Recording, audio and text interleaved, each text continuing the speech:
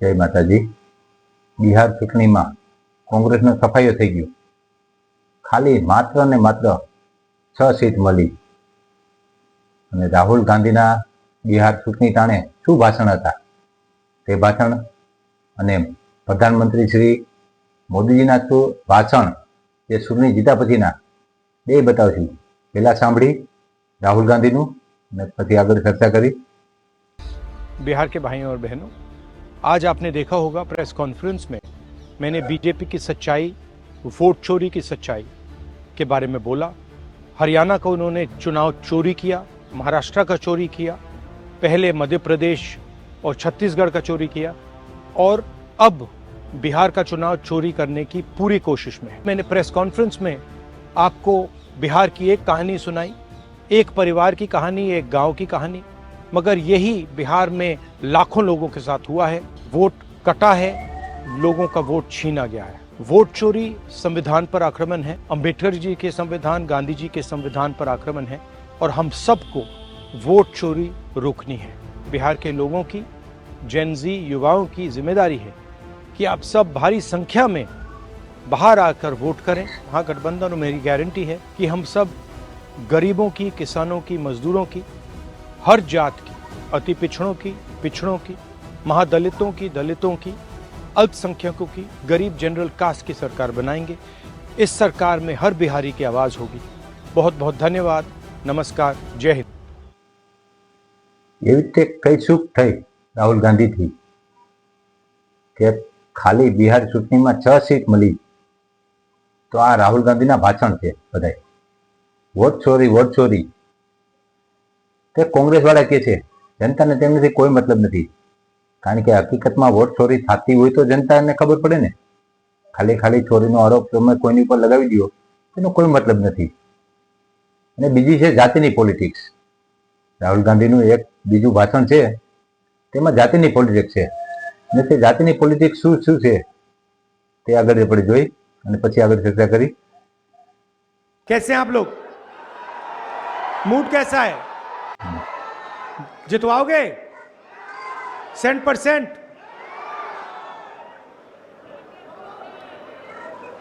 देखिए, देश में अगर आप देश की आबादी देखें तो तकरीबन 90% देश की आबादी या दलित है, महादलित है, पिछड़ा है, अति पिछड़ा है, आदिवासी है, अल्पसंख्यक है। 90% लोग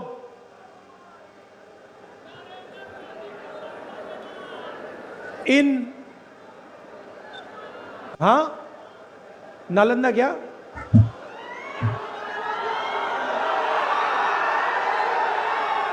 90% लोग समाज के अति पिछड़ा, दलित, आदिवासी से आते हैं। मगर अगर आप देश को देखें, और मैं 2-3 उदाहरण देता हूं।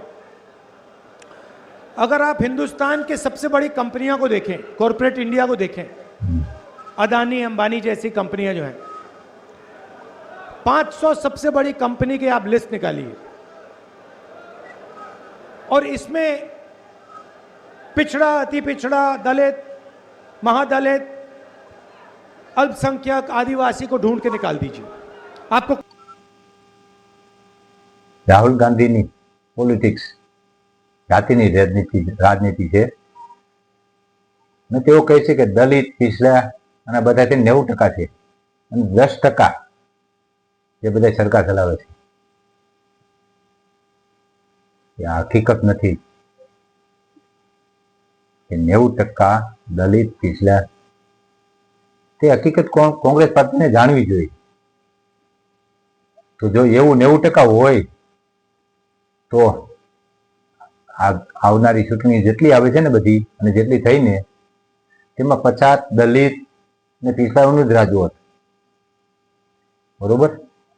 અને હવે તેમની જગ્યાએ આપણે પ્રધાનમંત્રી મોદીના અમુક ભાષણો સાંભળી જે બિહાર ચૂંટણી જીતા પછી તેમને કીધા હતા, તેમાં કોંગ્રેસની શું હકીકત છે તે બધું બતાવવામાં આવે છે। ચાલો સાંભળી। पिछले 3 लोकसभा चुनावों में कांग्रेस 3 अंकों की संख्या तक पहुंच नहीं पाई है। એવું તે કયું કારણ છે કે છેલ્લી 3 લોકસભાની સીટમાં કોંગ્રેસ 100 નો આંકડો પાર નથી કરી શકી? જો તમે દલિત, पिछला गरीब लोगों की राजनीति करता हो तो आ बधे तमने साथ देवो जोईए, पर क्यांक ने क्यांक तमे आ लोको दलित, पिछला आदिवासी तेमने समजाववामां तमारी भूल थाय छे, तेथी ज कांग्रेस ने हारे छे। आगळ बीजो ऑडियो। आज एक चुनाव में हमें जितनी सीटें मिली हैं, 6 विधानसभा चुनाव जो अभी लोकसभा के बाद गए, उतनी सीटें उससे भी हम लोग ज्यादा इस बार लेके आए। प्रधानमंत्री श्री नरेंद्र मोदी जी अत्यारे मजाक उपर आई गया है कांग्रेस उपर के आज बिहार में जेटली सीट मिली ने कांग्रेस ने आखा देश में छेल्ला 2 वर्ष में जे 1.5 वर्ष में 6 चुनाव थे ने चूंटणी थई ने तेमां कांग्रेस ने एटली सीट मिली अने ते हकीकत छे। आ राहुल गांधी नी नबळाई प्रधानमंत्री बतावे छे। आगळ बीजो ऑडियो। आज कांग्रेस मुस्लिम लीगी माओवादी कांग्रेस यानी एमएमसी बन गई है। कांग्रेस नु वर्तन छेल्ला थोड़ा वर्षोथी जोवामां आवे छे के मुस्लिम तुष्टीकरण तरफ वधारे वळ्युं छे ने तेनुं मोटुं कारण छे के हिंदुत्ववादी मत कांग्रेस थी दूर थया छे। कांग्रेसनी हारमां जो मोटामां मोटुं कारण होय ने तो आ मुस्लिम तुष्टीकरण छे, कारण के हिंदुत्ववादी मत 80% અને 20% मुस्लिम तुष्टीकरण, तो भाई कांग्रेस तो हार थवानी छे। तमे भले मुस्लिम तुष्टीकरण करो पण हिंदुत्वने कांई बोलो के मंदिर विषे के धर्म विषे जे तमारा नेताओ बोलता होय ते एक हिंदुवादी नागरिक जनमानस सामान्य मानस केम सहन करी शके? તેથી કોંગ્રેસને વોટ મત ન મળતા હોય અને તેમનું આનું કારણ હોય। આગળ બીજો ઓડિયો।